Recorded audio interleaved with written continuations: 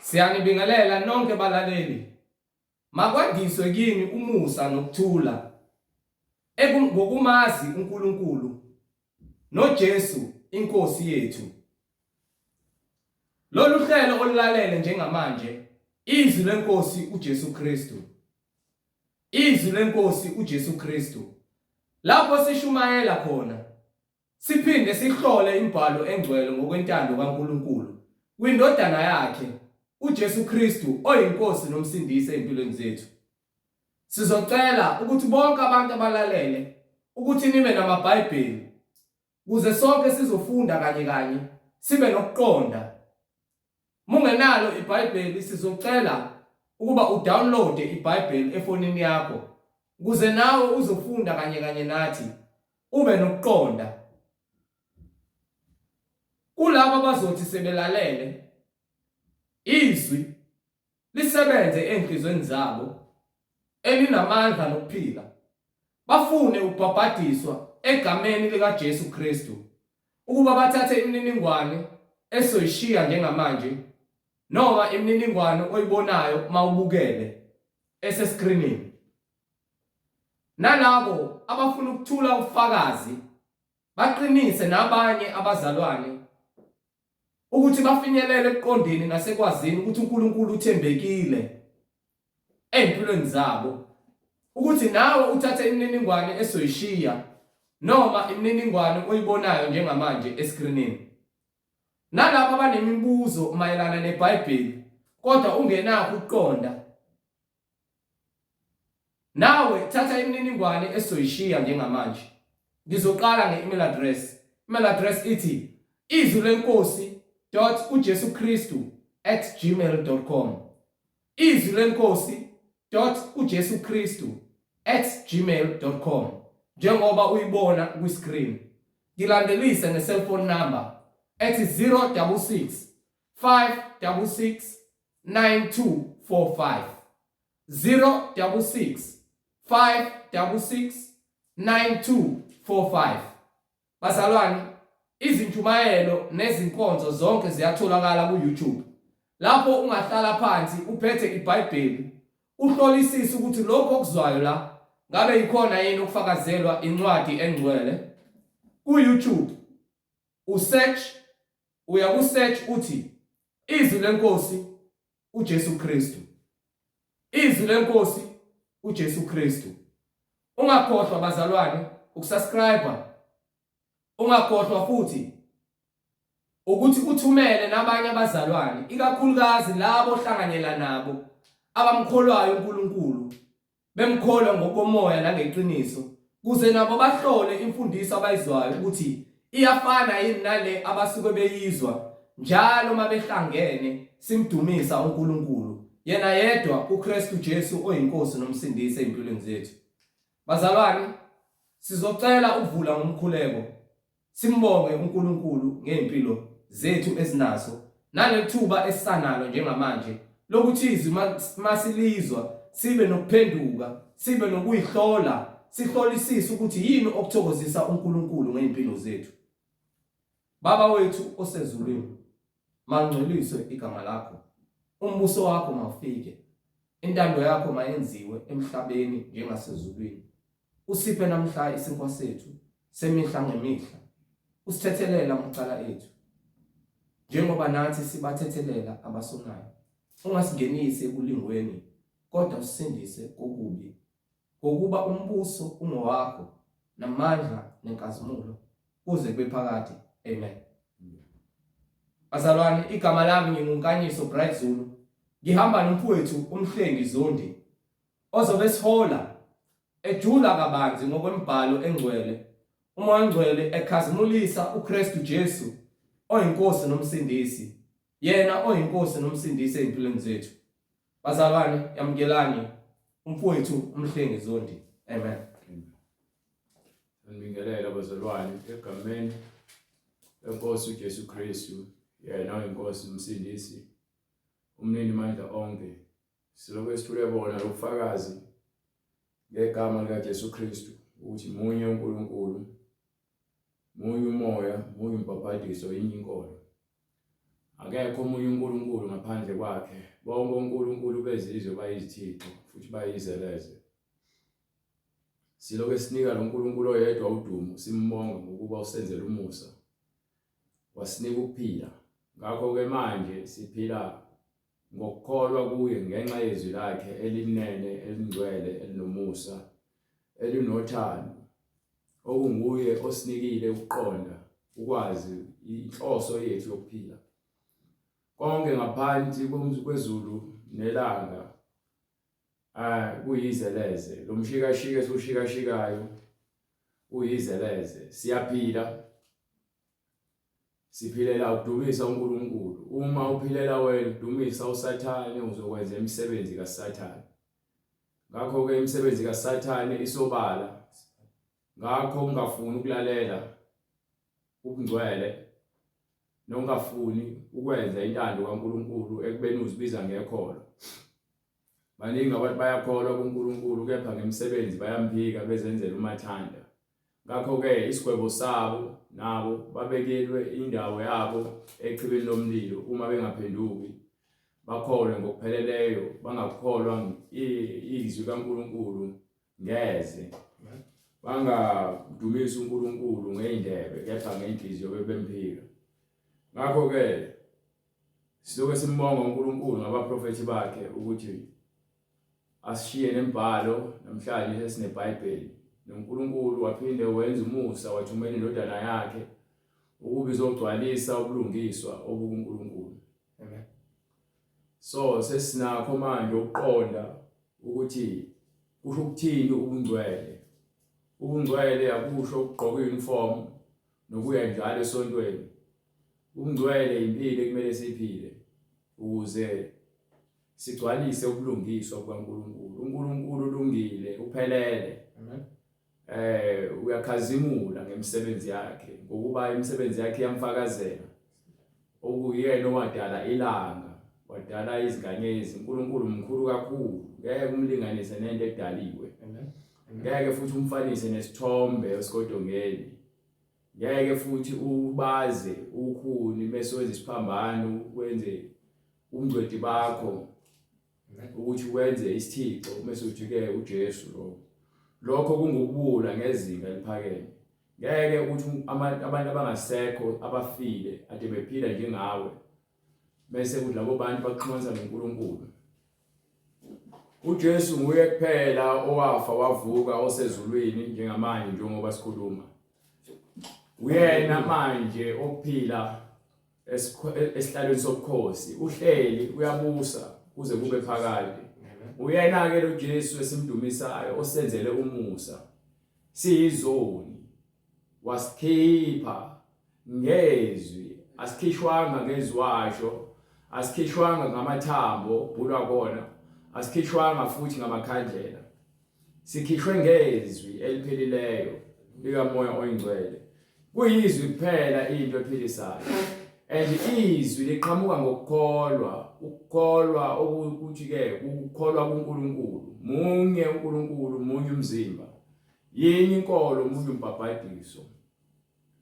So bonke labo uNkulunkulu enibakhonzayo ngamagama enu enwaqambayo nalamabandla enu enwaqamba ngamagama enu mesekele izifundisa izimfundiso eziphambene nokungcwele kepha nibe niphatha iBhayibheli.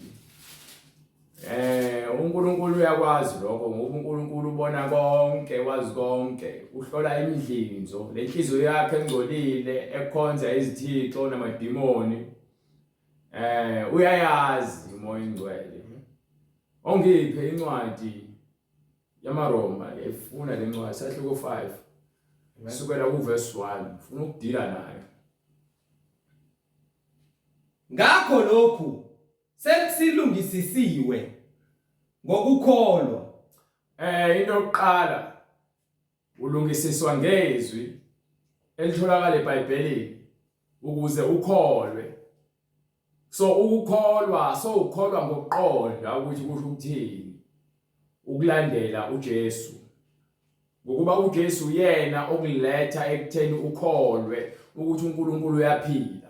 Ngokuba uJesu weza ngamandla kaNkulunkulu. uJesu wenza imisebenzi kaNkulunkulu esemhlabeni. uJesu bembethelela ukuthi uyazi yena ukuthi uzovuka. Wazi konke uJesu.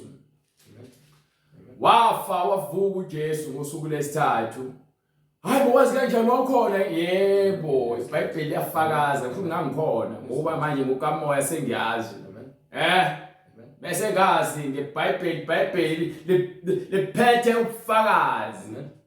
Ilona elilandulela yonke into esikhulumayo. Angeke ngizilandulele, bengeke ngivuke ekseni sengazi umlando kaJesu ngaphandle uma uJesu ufike kumina njengompostoli uPaul. Wafike wangivala amehlo, wangivula ukuqonda. Wayesengivula amehlo, ngase ngihamba ngokuqonda, sengihamba ekhanyeni. Uyawenza lokho musa. Abaningi abanokufakazi abakade bengakholwa kepha uJesu afika bavula ukuqonda. Bengakazi balivula iBhayibheli. Bese baqale bashumayela ivangeli. Sebenikiwe ukuhlakanipha nokuqonda kaNkulunkulu. Ngakho ke ukukholwa lokhu esikubekelwe okuvela ngezwi. Ngaphandle kwezwi ukukholwa kwakho uyizeleze ngokuba ukuze uhlale ekukholweni fanele uphile ngezwi. Ukuze uqonde ukhule uqine ekukholweni kwakho fanele uphile ngezwi.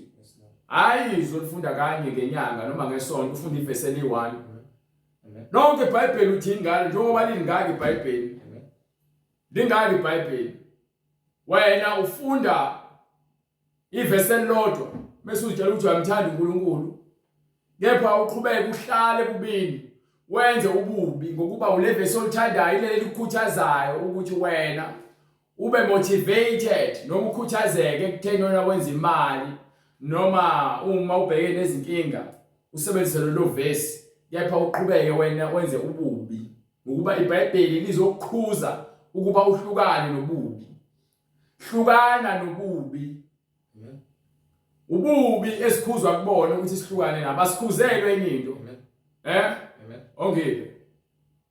Incwadi kwabaseRoma isahluko sesihlanu ivesi lokuqala. Ngakho lokhu sesilungisisiwe ngokukholwa. Sinokuthula kuNkulunkulu. Sinokuthula. Angikhathali ukuthi ngabe ungithuka uthini. Angikhathali ukuthi ngabe uyangigxeka uthini.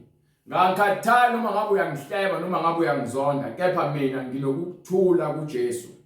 ngoNkulunkulu ngoJesu. Sinokuthula kuNkulunkulu ngegama likaJesu. Sinokuthula kuNkulunkulu ngeNkosi yethu uJesu Kristu. Ngenkosi yethu mninimandla onke uJesu Kristu. Okungaye sinokungena ngokukholwa kulomusa esimi kuwo. Ngokungaye uJesu sinokungena kulokukholwa. Uyabona uJesu uyindlela ekuletha ekutheni uzokholwa. Yini ngoba wafa wavuka. Wafika ngesiprofeto, wahamba njengesiprofeto. Wathi uyabuya uzosigcwalisa leso siprofeto. Uzosigcwalisa. Okungaye sinokungena ngokukholwa kulomusa esimi kuwo. Siyazibonga ekwethembeni inkazimulo kaNkulunkulu. Siyazibonga, simbonge naye. Ngokuthi ke lenkazimulo yakhe ikhazimula kithi namhlanje lezwi elenkazimulo elikhazimulayo kuthina. Ilona lezwi leli esiphila ngalo ngokuba isincwadi umuntu ngeke aphile ngesinkwa kuphela. So ukudla kwenyama yebo siyadinga ukuze sigcwalise umzimba kepha sidinga izwi ngaphezulu kwakho konke. Bonke abalihlalazelayo izwi nabalibekelayo abangafuni ukulizwa izwi yilabo ababuswa umoya obumnyama, ababuswa izinkanuko zabo ngokuba ke basafuna ukugcwalisa lokho abafuna ukwenza. Kepha izwi lanele ukuba wena uphile. Uphile ngokuthula, uphile ngokuhlakani, uphile ngokuqonda, uphile ngothando. Ngezwi kuphela. Uma unokuqonda, unokuzithoba. Kepha akusikho lokhu kuphela. Kodwa sizibonga nangezinhlupheko. Ngokwazi ukuthi ukuhlupheka kuveza ukukhuthazela. kahle uma inhliziyo yakhe ikhathazekile isuke idinga ukududuzwa. Amen. Amen. Lapho khona ukujabula sibheke ukukhala egcineni. Kepha lapho khona izinhlupheko sibheke ithemba lokuthi ngelinye ilanga Yes, Lord. sithole ukuphila. Ngakho ke ezwini kaNkulunkulu lisitshela ukuthi asibulale yonke imisebenzi yenyama. Lapho khona sizwa khona izinhlupheko engazi ukuthi thina asiphelele ngokuba yini inkanuka sisazigcwalisi. Kepha manje senza lokho okufunwa yizwi. Sizwa ukuthi izinto ziyenzeka, isitha siletha izilingo. Amen.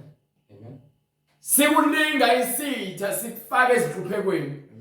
Kepha ke egcineni uthi uJesu izinyembezi zabo bonke ziyakusulwa ukuba uyena ozoletha injabulo. Manje izinhlupheko lezi esidlula kuzona ezenyama ezesikhashana. Kepha egcineni sibheke ithemba elingukukhanya okumele kukhanye kuthina abantu siphile ukuphila okuNkulunkulu. Amen. Mihla yonke yokuphila kwethu.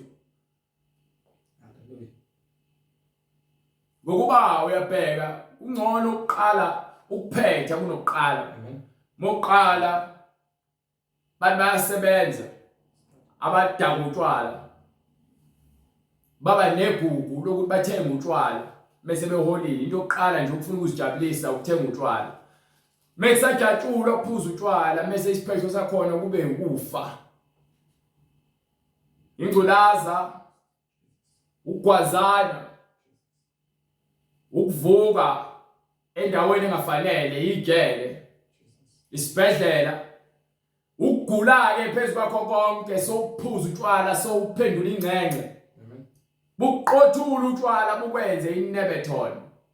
Uqale kamnandi yonke into iqala kamnandi kujatshulwa kepha isiphetho sakhona ukufa.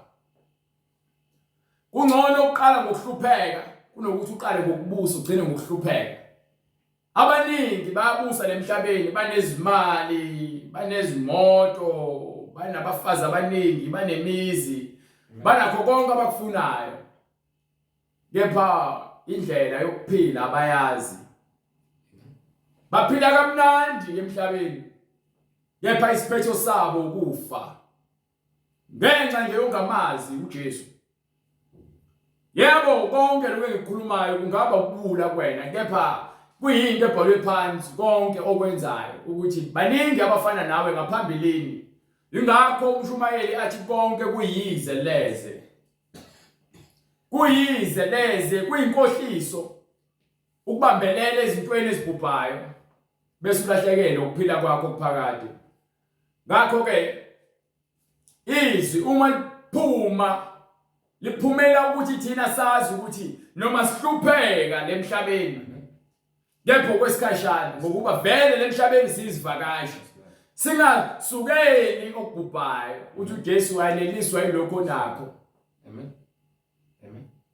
Ungafuni ukuphuma endleleni yokukholwa uhambe uyofuna lokho ongenako ngokuba uthi kuyakuba yini ukuthi umuntu azuze izwe lonke bese alahlekelwe ukuphila kwakhe. Amen. Yini umuntu uyakuyinikela ngomphefumulo wakhe ukuze usindiswe. Ukuba ngisho imali lonayo ngeke uzuyinikele ukuze kubanjwe yona uphefumulise umphefumulo wakho. Uma ungamazi uJesu manje usaphila noma usufa uyohlupheka ngale kade ubusa lemhlabeni. Kepha akusikho lokhu kuphela. Kodwa sizibonga nangezinhlupheko ngokwazi ukuthi ukuhlupheka kuveza ukukhuthazela. Ukukhuthazela kuveza ukuqiniseka. Ukuqiniseka kuveza ithemba. Ithemba alijabhisi. Ngokuba uthando lukaNkulunkulu lutheliwe ezinhlizweni zethu ngomoya ongcwele esimuphiweyo. Ngakho ke lezi nhlupheko ziza nethemba lokuphila. Ngenxa yomusa esunikiwe nokuphila okuwuthando lukaNkulunkulu oluholwa umoya oyingcwele esibekelwe wona ukuba lo moya lo oyingcwele iwona uza kusinika ukuphila okuphakade. Ayikho enye into eza kusinika ukuphila okuphakade. Ngakho ke le wiki lo ifakile ngeke izikufake ezulwini. Lokuzithanda kwakho kakhulu ngeke kuze kukufake ezulwini. Ukuzitshela kwakho ngeke kuze kukufake ezulwini. Ukuba umbulali, ubabulala abantu uthi uyaphungula noma unenzondo noma ngabe wenzelani lokho okwenzayo uchitha igazi. Ngeke kuze kukufake ezulwini. Hayi anginandaba mina nongena ezulwini izolenza indaba kwenzelani. Uyozwe egcineni. Uyothi mesubuka sokuqhathanisa uyofisa engaba uzalwanga. Engathi awukazi uzube khona. So umfuna uJesu. So usha. Lapho khona umlilo wakhona ucishe. Izimpethu zakhona azifi. Lapho kukhona ukuncanwa akusekho manzi. Lapho kukhona indlala akusekho kudla. Unqabile ukuphuza igazi likaJesu. Wanqaba ukudla isinkwa sikaJesu. Wena indawo yakho ke umbhede wakho izimpethu. Izibunge sekuyingubo yakho. Kanti uthoma lemhlabeni uNkulunkulu bekofezela nezilwane eziyinhlobo ngezinhlobo mezichaza uthi wamubuka ubuka ngokamoya lemademoni lawa anemzimba engathi amahanshi ubuso bakhona ngathi abantu amazinyo akhona ngathi awamabhubesi kunezinwele ngathi kwabantu besifazane iconfusion thiwa balindile njengebuthe lempini mademoni Satan ukhishiwe ukuthi azokhohlisa isizwe sonke. Ingakho ngingafuni ukwamukela izwi bese lishumayela kanje. Nawe nje wawuphile ukusho wena kahle nami ngangi into mesidlulile seyidlulile. Uma ukuthi wena uzofuna ungizabeleke esonweni okwakho noJesu but umsebenzi wami ukuthi ngicela ukuthi konke lokho kuyize leze. So manje ngicela ukuthi ke ungihloba ekhaya bafa benza ukuthi yebo balindile lamacala abo. Umuntu nomuntu uzokwahlulelwa ngamacala uma ufe ufebe wena uyesihogweni. Uma ufe untshontsha wena uyesihogweni. Uma ufe wena ufeba noma udaka utshwala noma uphinga wena uyesihogweni. Uma ufe uqamba amanga uwathanda ngamanga wena uyesihogweni. Uma ufe wena uyisitabane noma umfana ulala namantombazana noma intombazana nabafana wena uyesihogweni. Uma uchitha igazi engenaqala ubulala abantu wena uyesihogweni. Uma uthatha imali yomgwazelo wena uyesihogweni. Uma wena wahlulela ngendlela engafanele wena uyaphakathi esihogweni. Umuntu esifazana ogqoka amabhlukwe wena uyesihogweni. Uthanda wena ngaphezulu kaNkulunkulu uyazipenda kunamayishiya ufaka amayishiya okufakelwa ufaka into zokufakela nokucebe wena uyaphakathi esihogweni.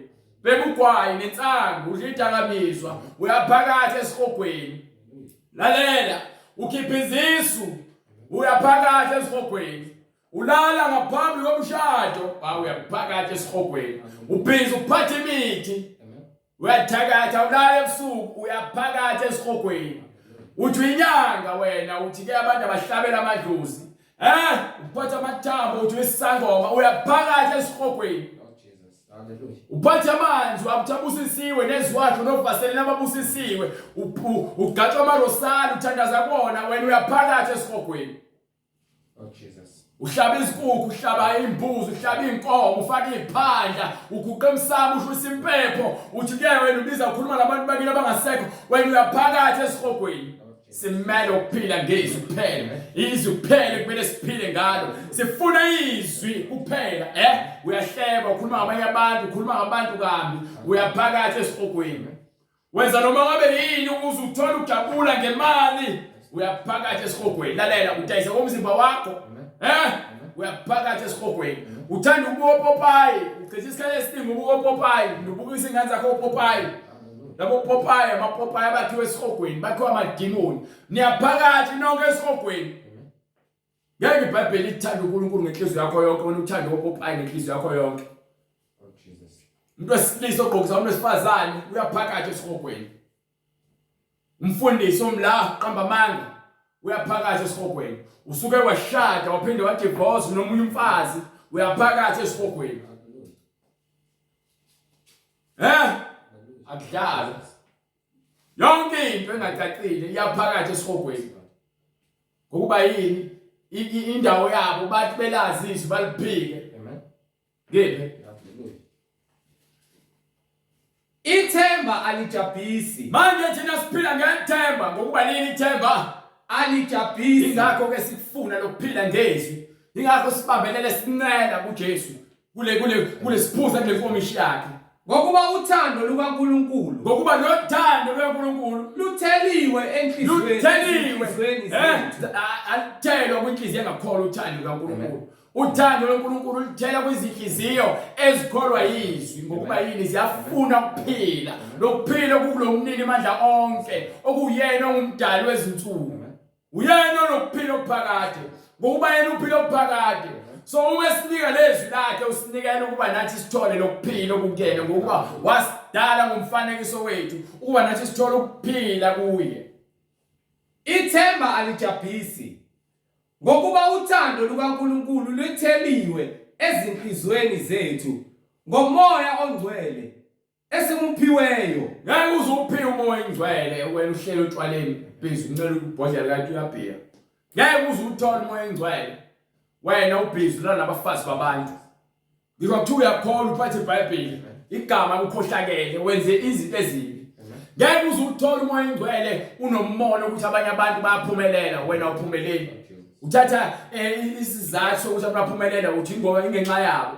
Uzohamba uyolanda imithi ezinyangeni. Uyobhixa uyothakatha abanye abantu ngokuba yini wena unakele. Ngeke uzuthola umoya ongcwele. Ngisho ungagqoka izivatho esontweni uma usakhuluma kabi ngabanye abantu ngeke uzuthola umoya ongcwele. Umoya ongcwele awuhlali khona ubiyala uyala. Amen.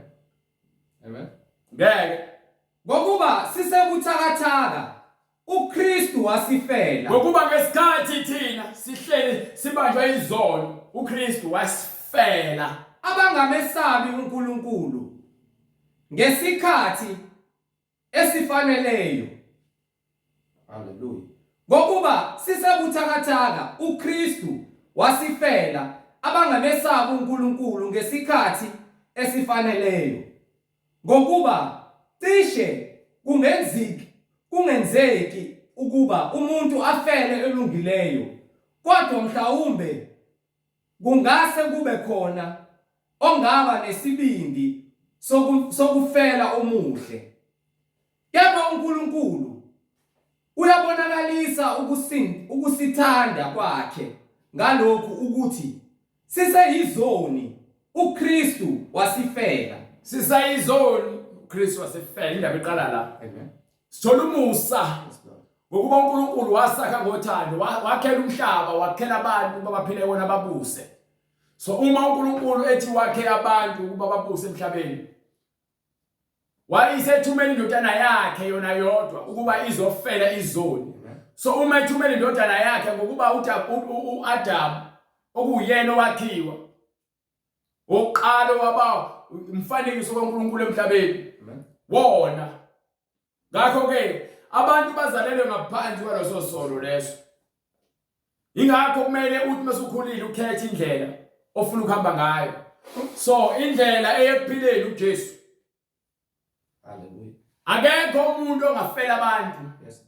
Akekho noyedwa ngaphandle kwaJesu osefelele. Amen. Amen. Abantu bafuna ukufela imali. Uhamba uyofela ukuthi uyokhomba imali. Ngoyinqa imali ngathi angenza noma ngabe yini. uJesu usifele thina ukuthi singcolile ukuze sibe msulwa sigezwe ngegama lakhe. Kukho konke ukungcola esikhona. uJesu ufele ukuthi sifunde ukuphila kuyena. Amen. Ukuze sohlanjulula izono zethu.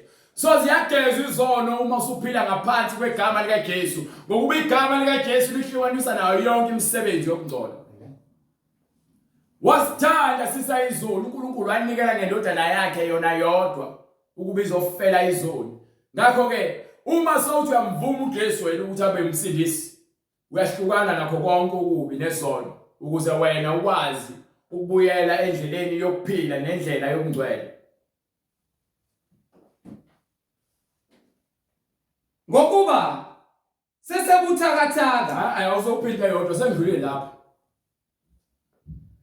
kepha uNkulunkulu uyabonakalisa ukusithanda kwakhe. Kepha uMoya Engcwele uyakhombisa ukusithanda kwakhe ngokuthumela ngokuba njengoba kungekho umuntu ongafela omunye umuntu.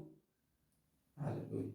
Khona oyedwa usekwenzile uqedile futhi akekho omunye osengakwenza. uJesu kuphela osekwenzile okugcwalisa.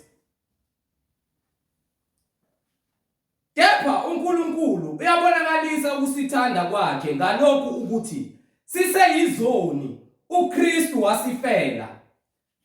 Ngakho kakhulu sesilungisisiwe ngegazi lakhe. Manje ke uma wena uJesu esekufelile wakuthanda usayisoni akakushongo ukuthi uJesu ozohlala ube yisoni. uJesu ukuthande usayisoni ukuba wena uze kuyena uzosindiswa. So uma usindiswa kuyenzeka ukuthi wena usindisiwe kodwa uqhubeke ugule. Kwaphela uma uyisoni uyagula. Uma uza kuJesu uzokusindisa ekutheni uphile ngobulungiswa. Awukwazi ukuthi wena uzothi usindisiwe kepha uyagula. Uqamba amanga bowenza njalo. Yazi uqamba amanga. Uma usindisiwe ingokuba usuyaphila sisaka. Uyazizwa nawe ukuthi uyaphila. Unika abantu ubufakazi ukuthi hayi ngokuyaphila uJesu ungiphilisile. Awukwazi ukuthi ngizothi hayi ngiyaphila kepha manje ubhizi ngapha ukuxutshwana. Ubhizi ngapha uyahleba. Ubhizi ngapha ufaka inwele zokufakela, ufaka amabhluku umuntu wesifazane, uyantshontsha uqamba amanga. Usabhajiwe ekutheni wena uchitha igazi labantu. Uyagula wena. Ubanje ukugula. Awuphili. Ophilayo osahlukanisiwe nokufa. Ukufa isono. Isono singena ngemidlinzo emibi onayo enhlizweni yakho. Ukuba konke okukhuluma ngomlomo nokwenzayo kuveza ukuthi inhliziyo yakho ngabe igcweleni. Uma inhliziyo yakho igcwele ukufa, uzokhuluma ukufa, uzokwenza ukufa, uzocabanga ukufa. Amen. Yini ngoba inhliziyo yakho ifile igcwele inzondo. Amen. Umbone ehleba nje ngokuba inhliziyo yakhe igcwele umoya wokuhleba. So uma ke usindiswa uyaphulukiswa uyalashwa. Ulashelwa ukuphile qingqo. So uma izwi seliphila kuwena soyaphila saka sophila qingqo. Amen. Ezindaba. Ngeke. Haleluya. Ngakho kakhulu sesilungisisiwe ngegazi lakhe. Siyakusindiswa ngaye olakeni. So uma ke sosindisiwe igazi lakhe ilona elihlengile ngokuba igazi lakhe elimsulwa Jesu umsulwa. Amen. So ukuze ugezwe igazi lakhe ligeza ezintweni zonke ezobubo zenzayo ngokuba manje lona sekuyilona lekusingethe. Uma usingethe uJesu usingethe ukuphila. Awukwazi ukuthi usingethe uJesu kepha wena uphile engcoleni. Ayikho ingulube ethi geziwe ibihlelo dakeni. Ingulube ehlelo dakeni ingcolile. Kanjalo na uma uhlele esonweni ungcolile. Uma sawuphumile esonweni kukho konke uMoya Engcwele athi kuyisoni ke okuyisono ke. Wena ke usuyagezwa ngegazi lakhe kepha uma usahlele esonweni winja edla umphalazo wayo. Amen. Amen. Ayikho indlela. Ngokuba uma sathola ukubuyisana noNkulunkulu. Ngokuba uma sesitholile ukubuyisana noNkulunkulu. Ngokufa kwendodana yakhe. Ngokufa kukaJesu. Siseyizitha. Ikakhulu siyakusindiswa ngokuphila kwayo. Sesitholile ukubuyisana. Kepha akusikho lokhu kuphela. Kodwa sizibonga futhi ngoNkulunkulu ngeNkosi yethu uJesu Kristu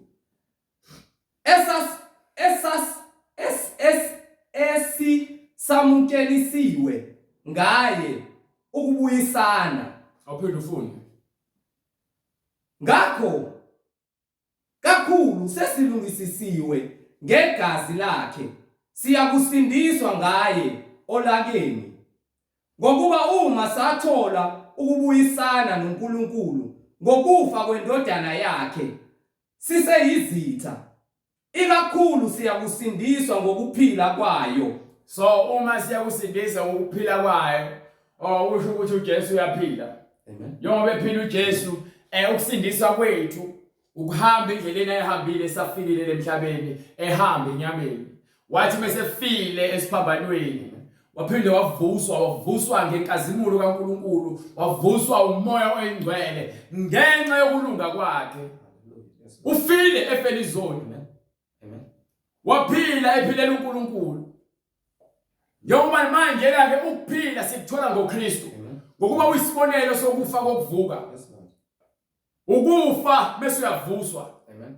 Ukuthi bonke abaphila nabakholwa kuJesu bamelwe ukuthi bafe bavuke. Amen. Amen. Ngalesikhathi uNkulunkulu esezokwahlulela ibandla lakhe, mase uNkulunkulu ezovusa ezoqoqa ibandla lakhe, nawe uyokubalwa nabo. Abakholwayo nabasindiswayo nabaphilayo kuJesu. Bonke abantu uJesu uma umuntu efile ekholwa kimi akafile, ngime sefile uyaphila, uphila okuphakade. Ngakho ke ngokuba khona izwi kaJesu, khona umoya engcwele kwena, nawe umele ukuphila okuphakade. Yazindaba. Hallelujah. Ngokuba uma sathola ukubuyisana noNkulunkulu ngokufa kwendodana yakhe siseyizitha, ikakhulu siyakusindiswa ngokuphila kwayo. Sesitholile ukubuyisana. Kepha akusikho lokhu kuphela, kodwa sizibonga futhi ngoNkulunkulu ngeNkosi yethu uJesu Kristu, esesamukelisiwe ngaye ukubuyisana. Qhubeka. Ngakho ke njengalokho isono sangena ezweni ngamuntu munye, Ngokuba isono sangena ezweni ngomuntu oyedwa, nangesono kwangena ukufa. ngesono kwangena ukufa. Ngokunjalo ukufa kwafikela abantu bonke. So ngenxa yokuthi umuntu oyedwa wona lowo moya wangena ezweni. Njengokuba bengichaza ukuthi uma isono sinqonqoza wena usivulela, uyasiphuza isono sigcwalise. Ngakho ke nabanye abantu ophila nabo uzobaphuzisa noma uzobathelela ngesono esikwena. Isono kuyisifo esithelela nayo. Ingakho abantu bephila bezwana ngokukhohlakala, bezwana ngokukhohlakala. Kanjalo abakholwayo bazwana ngokuhlakanipha nangokukholwa ngenxa yokuthi baphila indlela yokukholwa. Ingakho ungeke uthole umuntu odakwayo nomuntu osindisiwe bebangani. Amen. Ngokuba lo ukhuluma impilo yasejointini, lona ukhuluma impilo yasemngcweleni, lona ukhuluma impilo yasebufebeni, ngapha mina ngikhuluma impilo yasosindisweni. Lona ukhuluma impilo yokuhleba nokuthakatha nokuqamba amanga, ngapha mina ngikhuluma iqiniso. Ngikhuluma ngesono ekumele ahlukane naso. Yena uzofuna ukungifaka umoya wokuthi mina ngiwele esonweni. Abaningi bayawa emngcweleni ngokuba bazungezwe abantu abakhohlakele. Bathole bengasazi ukuthi ke yiphi indlela ekumele bayihambe, bagcine sebewela esonweni. Abafana abaningi abancane abangangathi ngenxa yokuthi uyakholwa, kepha manje uzimixa nabangani bakhe abadakwayo nabafebayo nabantshontshayo nabaqamba amanga. Bayamhlohla ukuba naye afane nabo. Basuke besetshenziswa uSathane ukuze benze lo msebenzi lowo. Ngakho ke isono siyathelelana. Uma uzohlala uqolozele ama-movie ocansi noma TV, ubuke yonke imikhuba, ubona abantu abaningi beyitabane. Ingokuba yini bayihoyile le moya ku-TV. I-TV iyakwenza ukuthi wena ugcine sowuyengeka wenza izinto ezenziwa khona ku-TV. Ikuthelele ukuthi wenze isono khona ukuthi usindisiwe. I-TV iyakwazi ukuthi wena ikuphendule isitabane. I-TV iyakwazi ukuthi ikuphendule wena isigebengu. Ukuba umoya lo wayana. Ngesikhathi uthanda lo moya uku-entertainer, uyajabulisa. Nawe uyakungena kancane kancane. Isizathu sokuthi ke ingane zenu zifuna ukuba ama-superhero ingokuba zibuka nama-TV lawa, zibuke umoya wenkohliso, o-Spider-Man, Ben 10 zifuna lamawashi eziwabonayo zifuna lezikipa seziyazikhonza lezo zinto kusho ngesingisi bayaziworshipa Lord Jesus. ukuba lento ayithanda kakhulu yona into eyifunayo. Amen. Amen. Lokhu buka ama-movie lawa music video hip hop befaka ama-canes nama-grills nama-ringi ney'mpahla eziwukhazikhazi nawo lezo zinto lezo uzofica ezitolo zidayiswa futhi ziba cheap ukuze zingenise esitayeleni ukuze abantu balahleke nokukholwa bazithenge ama-fake bathenga ama-fake ale y'mpahla lezi bahambele emgaqweni beqaqa amasheti beveze iy'fuba bebhema ugwayi bebhema insangu bedanga utshwala ngokuba yini bayibona TV lento le. I-TV inendima enkulu edlalayo empilweni yakho. Yes, Lord. Jesus. Niyazikhokhela lezi zinto ukuze zinibulale. Isono siyathelelana. Njengokuba sangena Yes, Lord. Amen. u-Adamu kwangena ngomkakhe u-Eva. Hallelujah. Umkakhe wadla isithelo ekuthiwa bangasidli. Yes, Lord. Akasidlanga yedwa isono. Wasithatha isono wosinika indoda yakhe ayizange ibuze into esiningi yasidla. Kanjalo nabantu esiphila nabo kuma relationship noma ke kubudlelwano kwezothando. Sinendima esidlalayo empilweni zabo. Ngisho ingane yakhe indlela ekhulisa ngayo unendima oyidlalayo ukuthi uyayithelela ngalowo moya. So uma ukhuliswa abazali abathuka inhlamba noma uthandana nendoda ethuka inhlamba osindisiwe ngelinye ilanga nawe usuyithuka inhlamba ungazelele. Lord Jesus. Amen. Kanjalo uma uphila nomuntu osindisiwe eqinile ekukholweni Amen. ngithuka inhlamba noma udaba ngelinye ilanga yokuthelela ukuze ubone ukuthi hayi kufanele ngikholwe nami. Hallelujah. Imoya iyathelelana. Kuyadependa nje ukuthi wena ngabe uqine kangakanani nomoya ubambile. So mawubanje umoya okhohlakala uzofuna ukwenza ngakho konke okusemandleni ukuthi nawe uhambe ubathelela bonke abantu ukuze babe yizoni. Jesus. Lord. Kanjalo nawe ukholwa kwakho uJesu wena isibani sezwe. So abangwe isibani sezwe uzokwenza ngakho kusekwakho emandleni ukuthi wena lokhu uhlezi ukhanya. Noma bayazama ukuza namanzi bazocisha kepha uzoloku ukhanya wena. Jesus. Hallelujah. Noma bayazama ukuza nemoya bezophephetha uzoloku ukhanya wena. Yes, Lord. Hallelujah. So njengoba isono sangena ngomuntu munye. Yes, Lord. Amen. Kanjalo Amen.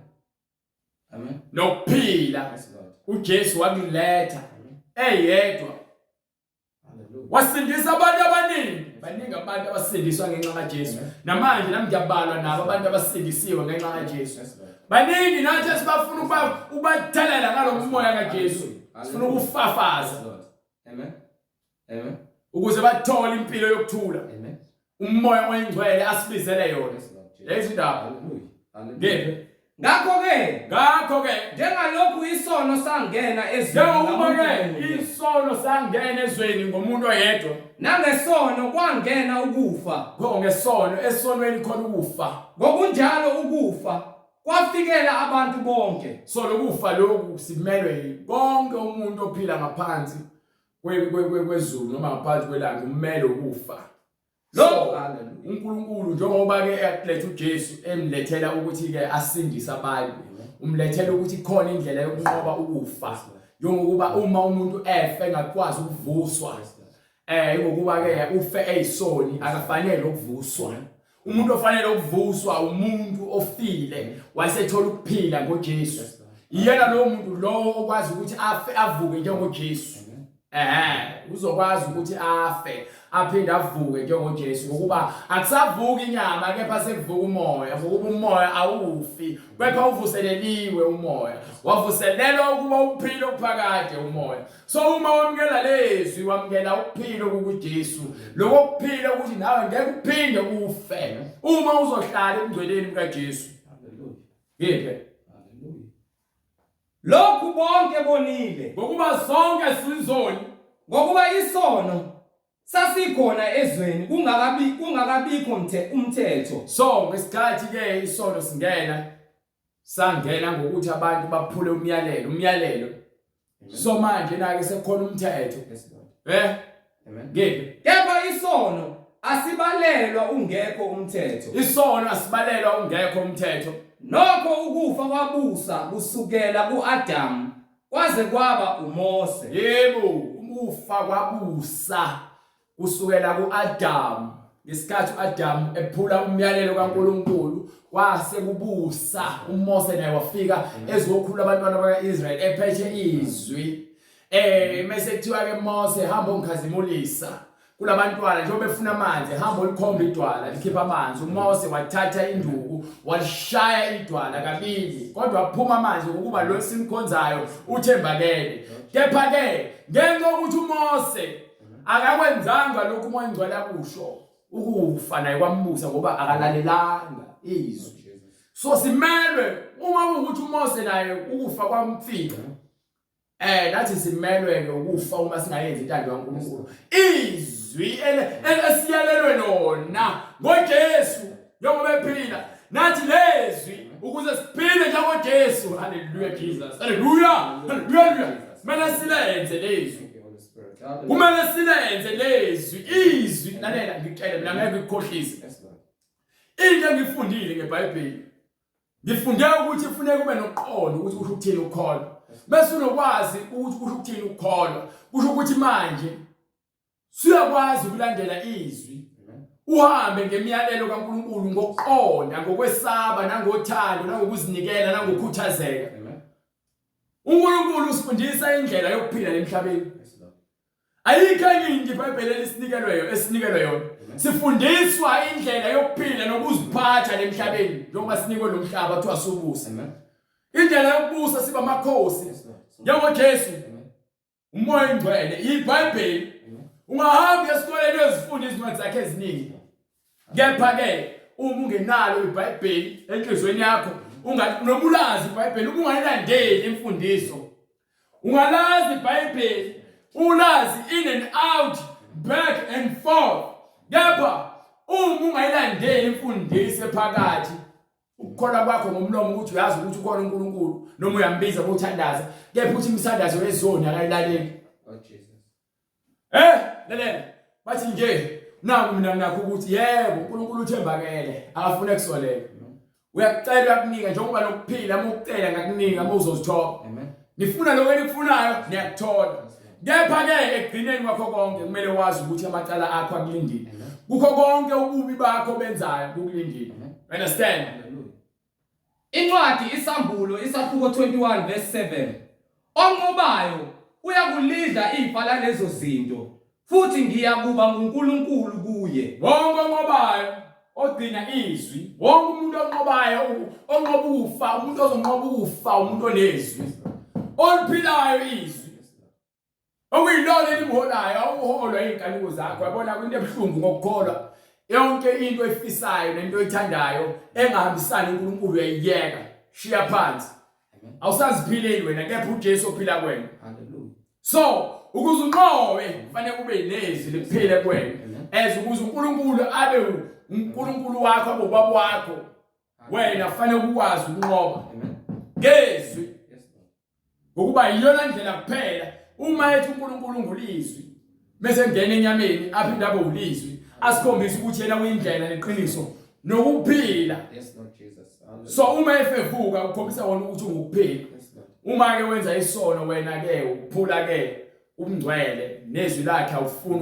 ukulivuma ukuthi lona lingukuphila ngeke nokho ukufa kwabusa kusukela kuAdam kwaze kwaba kuMose so ukufa kwabusa kwaze kwafika kuAdam kuqala kaDamu kwaze kwafika kuMose naphezulu kwabangonanga nalabo abangonanga ngendlela yesenzo sika Adam ngendlela yokuthi uAdam waphula umyalelo kaNkulunkulu oyisifanekiso sakhe yes sir obeyakuza uyisifanekiso sika Jesu yes Lord obeyakuza uJesu yes Lord uza ezinyathelweni zikaAdam ukuze agcwalise lokhu uAdam okwamhlula yes Lord uJesu uze uzogcwalisa lokhu uAdam angakwazanga ukwenza uAdam akakwazanga ukugcina imiyalelo kaNkulunkulu kuze kube sekufeni uJesu wakwazi ukwenza lokho indodana kaNkulunkulu ukuba agcine imiyalelo kaNkulunkulu agcine izwi kaNkulunkulu kuze kube sekufeni amen ayikho enye into ukutshele mina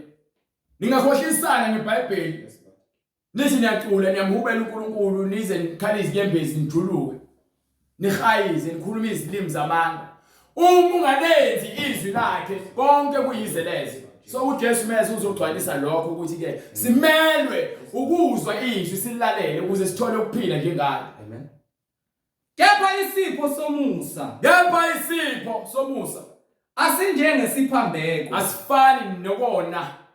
Ngokuba uma ngesiphambeko samuntu munye. Ngokuba uma ngokufa kukaAdam munye abaningi bafa. Sonke singena ekufeni. Ikakhulu kwavama kwabaningi umusa. Sona kanjalo. Ngesipho sika Jesu kwase kwanda ini? Ngesipho sika uNkulunkulu ngomusa wamuntu munye uJesu Kristu. Kwenxa Jesu ngokulungiswa kwakhe nokuthobeka kwakhe nothando lwakhe nokukhuthazeka kwakhe ekutheni agcine izwi. Angifuni ukudlala ngawo ungazikhohlisi. Izwi kuphela. Angeke ngikhole uma kuba kuthi akumele ngilandele izwi. Into engenza ngithobeke nami nganginenkani, nami ngangikhahlela abantu ngidaka utshwala, ngifebe. Ngibhema insangu. Ngapha ngenxa yezwi ukubakhombisa ukuthi izwi namanje ligoba iziqhwaga, ligoba abulali, likhipha amathambo namabhonki kanye neziphandla ezangomeni lezwi leli. Amen. Ekuyilona izwi namandla. Ngawo lo musa uNkulunkulu alinikela endodaneni yakhe ukuthi sisindiswe thina sonke. Namhlanje singofakazi. Bengeke ngimoshe isikhathi sami ngilonke ithi ke ngiyashumayela noma ngikhuluma ngifakaza neBhayibheli ekubela akho kuphila phakathi. Lord Jesus. Uma ufuna ukuphila kumele wenze izwi kaNkulunkulu kuphela. Yes Lord.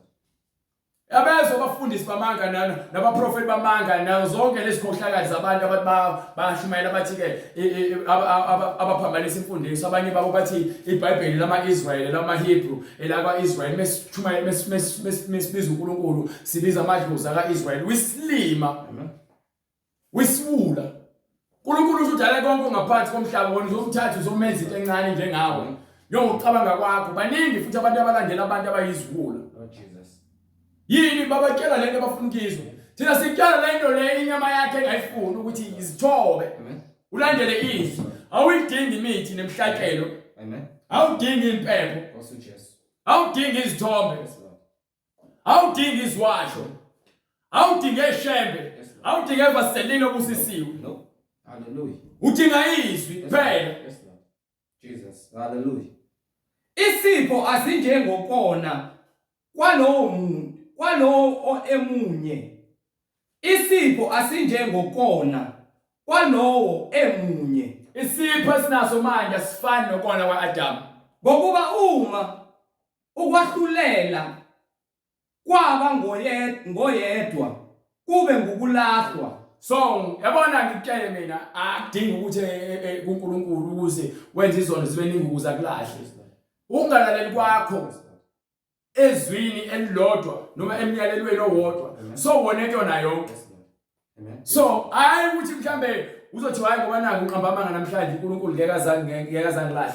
The moment wenza isono uNkulunkulu uyamlahla ngoba wena uyaphuma kuyena. Ngoba noAdam wenza isono sinye waphuma engadini ezikhethelo eparadise.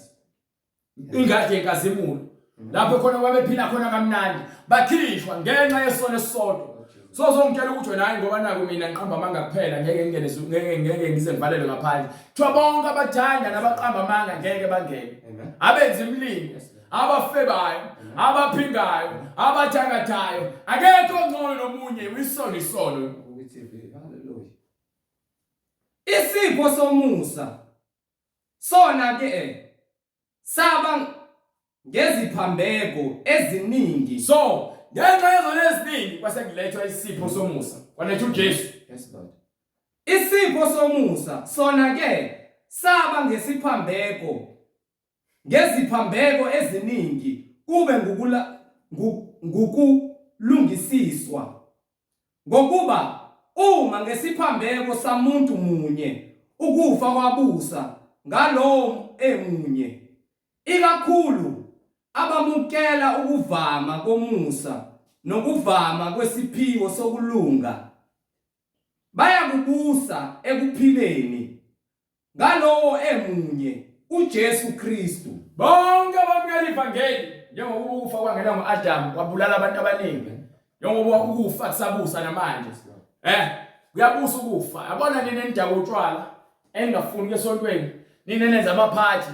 nina nigqoka amabhulukwe nabantu besifazane nibuswa ukufa ngoba nethanda izinto zenyama nejabulisa inyama abantu abaqamba amanga abantu abafebayo nabaphingayo abantu abadayisa imizimba yabo abantu abakhipha izisu bonke labantu laba babuswa ukufa abantu abadayisa izwasho abenza izibonakaliso zamanga babuswa ukufa abantu abakhonza izithombe namadimoni namadlozi bonke babuswa ukufa ngokuba bakomamkeli lo olethe ukuphila ngokuba ke uyena kuphela indlela yokuphila akekho umuntu ningahamba nibakhonze nibabize ngabo bonke uNkulunkulu beni kepha munye onendlela ekuphileni uJesu kuphela.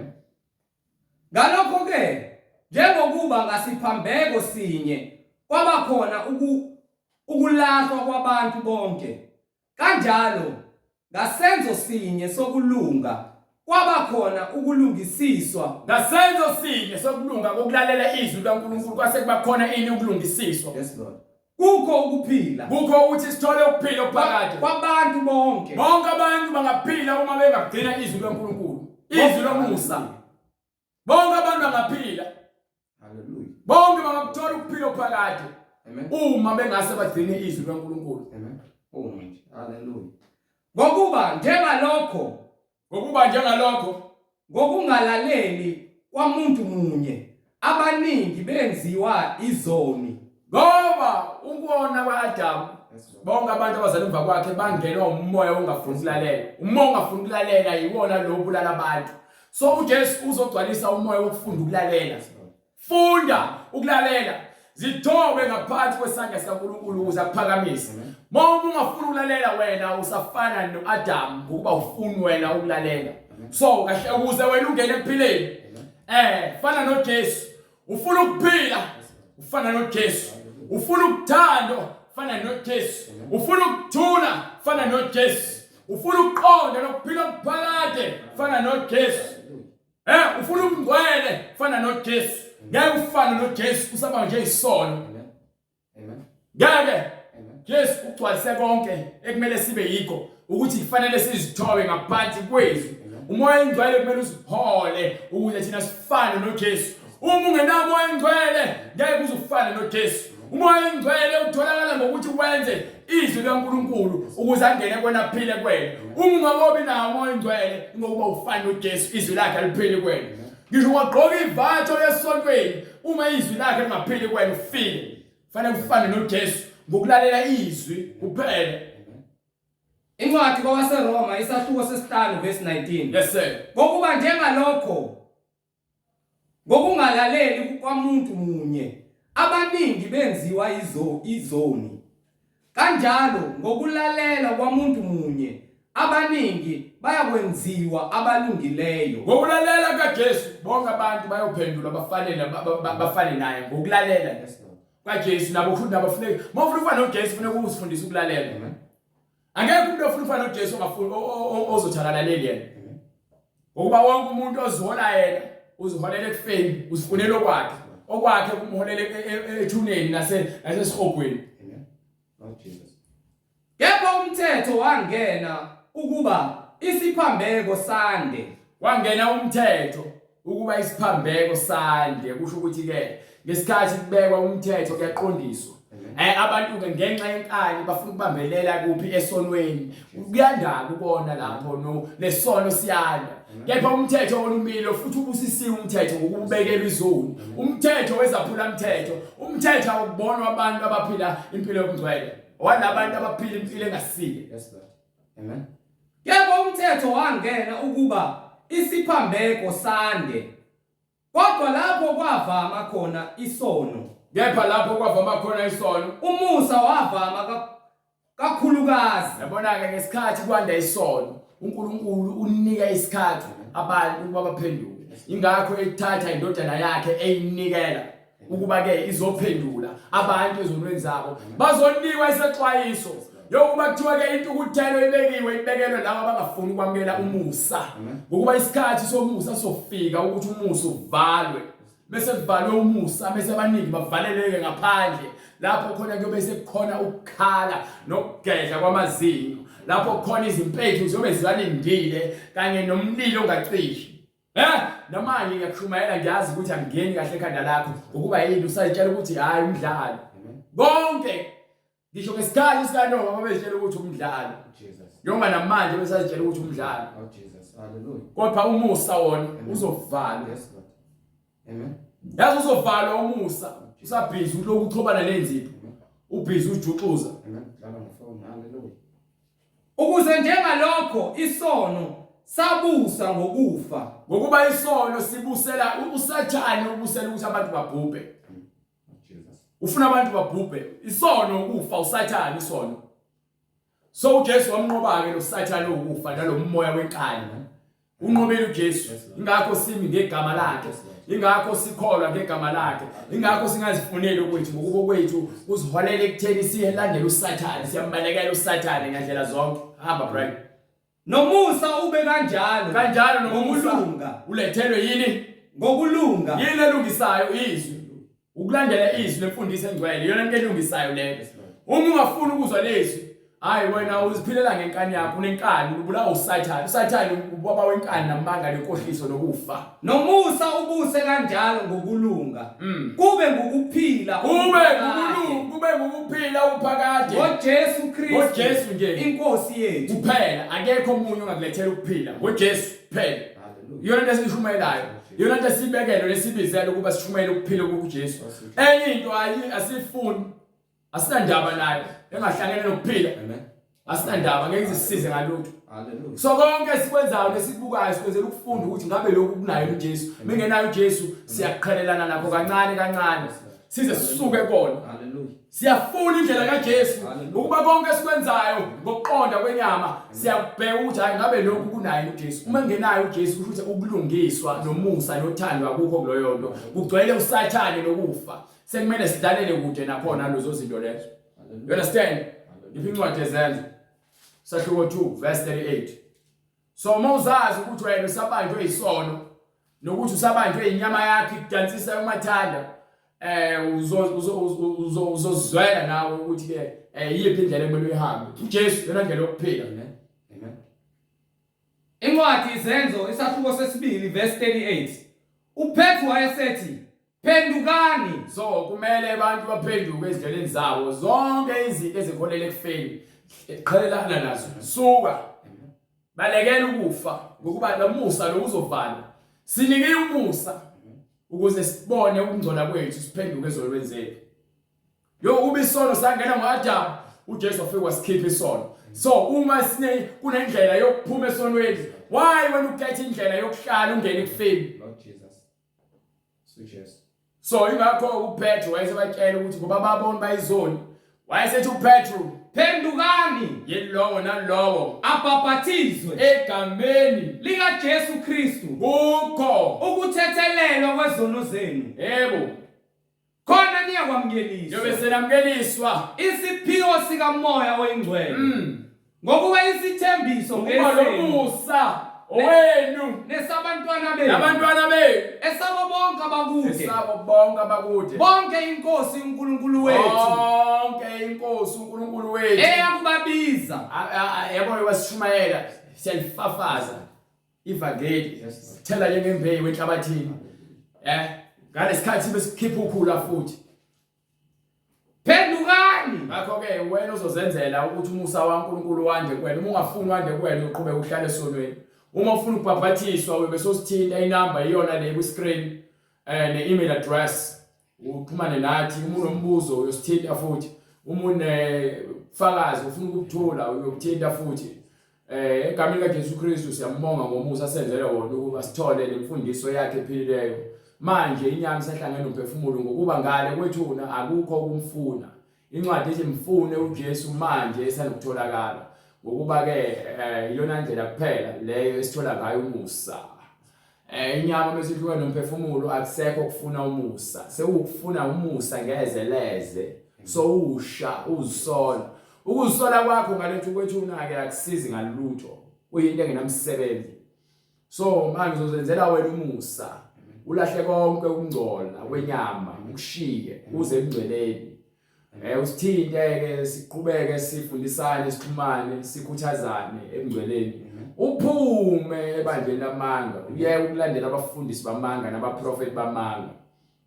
Vula iBhayibheli lakho khona uzozwa ukuthi umoya engcwele uthini. Sibonga uNkulunkulu sicela lonkuleko. Baba egameni lenkosi yethu Jesu Kristu, uNkulunkulu onamandla, siyabonga Nkosi izwi lakho eliqondisa abantwana bakho Nkosi abalalele abakufunayo ngokomoya nangeqiniso. Siyabonga Nkosi ukuthi uyazazi inhliziyo zethu, uyasazi Nkosi ukungcola kwenyama. Siyabonga Nkosi ukuthi uzile wena ukukhanya ezweni. Uzile Nkosi uyizwi lokuphila, unqobile ukufa, wanqoba yonke imisebenzi yesono. Siyabonga Nkosi umusa ovela ngawe Kristu Jesu, wena njengenkosi nomsindisi. Siyacela Nkosi usigcine othandweni lakho. Izwi lakho silizwe njengezimvu zakho. Singayiboni singabahlakaniphile emehlweni ethu, kodwa Nkosi siyabonga moya engcwele, siyacela ukubizwa lakho Nkosi silizwe. Siyabonga ubuhlolisisa inhliziyo zabo bonke abantu, uyayazi nembeza yethu nenhliziyo zethu Nkosi, ukuba sinakho ukuzandulela nokuyikhohlisa Nkosi. Kepha siyabonga Nkosi uJesu, siyacela ke intando yakho yenziwe empilweni zethu. Ukhazimulise wena Nkosi uJesu Kristu njengenkosi nomsindisi, ukuthi Nkosi la siphambuke khona singenakho ukuqonda, masilalele Nkosi lentshumayelo, isiqondise Nkosi sibe nokuphila, ngokuphila kutholakala kuwe Kristu Jesu. Siyabonga moya engcwele ukuba wena usukwenze konke. Sekukuthina Nkosi ukuba loyo naloyo omileyo eze azophuza kulelo dwala elalikhona nasemandulo, lelo dwala elinguKristu Jesu yena oyinkosi nomsindisi empilweni zethu. Kube inkazimulo nodumo kuwe Baba wethu osezulwini manje naphakade. Amen. Amen. Sibonge bazalwane uNkulunkulu asigcine siphinde sibonane ngokuzayo. Umusa wenkosi uJesu Kristu nobunye bukamoya engcwele namandla kaNkulunkulu kube nani nonke bazalwane. Amen.